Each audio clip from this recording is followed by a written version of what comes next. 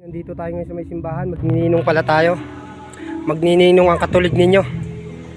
Eto, ang dami nila dito. Mga bibinyagan to, mga Katolik. So magnininong ang Katolik ninyo. Eh di wow. So ayan o. Shoutout po sa mga bibinyagan ngayon. Walang kung nasaan yung kumari ko dito at saka kumpari ko. Shoutout sa mga bibinyagan ha, sa mga ninong at ninang katulad ko.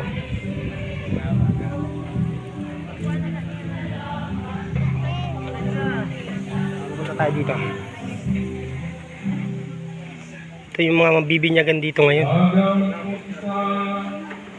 Walang galang na po kay Father. Help po, Father.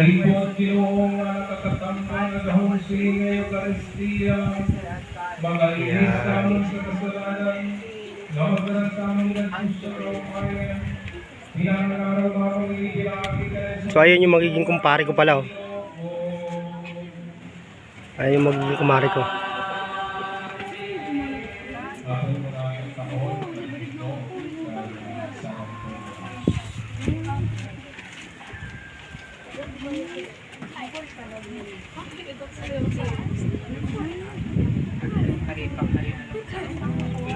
So ayun yung mga Katolik magiging ninong ha.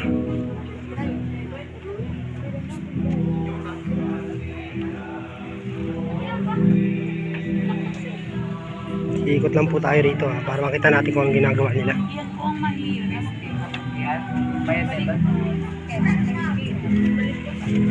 So ito po.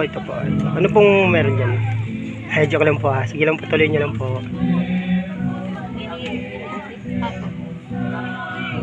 Anim po. So mga Katolik, ganito pala yung proseso pag magpapabinyag ka.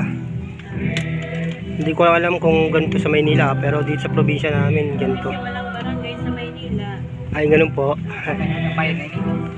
Vlog lang po to ha, content lang po. Magkano po? 380 po. Ikaw nanay sa bata.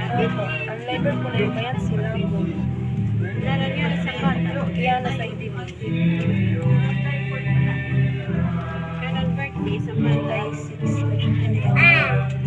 Ang nanay, ang tatay man. Ay, pa ng tatay. Ato po sa nakla po.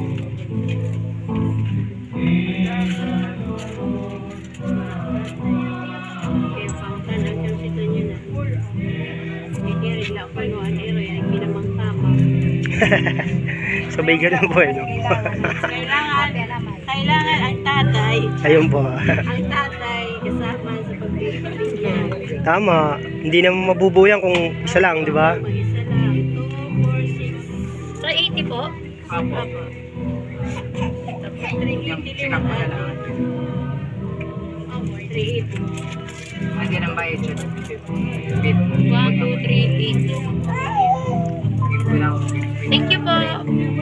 Wait na po.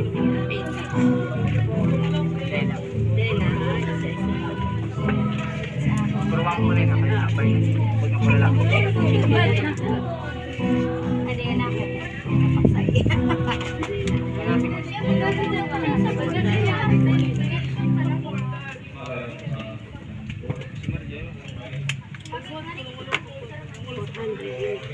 So wish ko po sa lahat ng bibinyagan ngayon,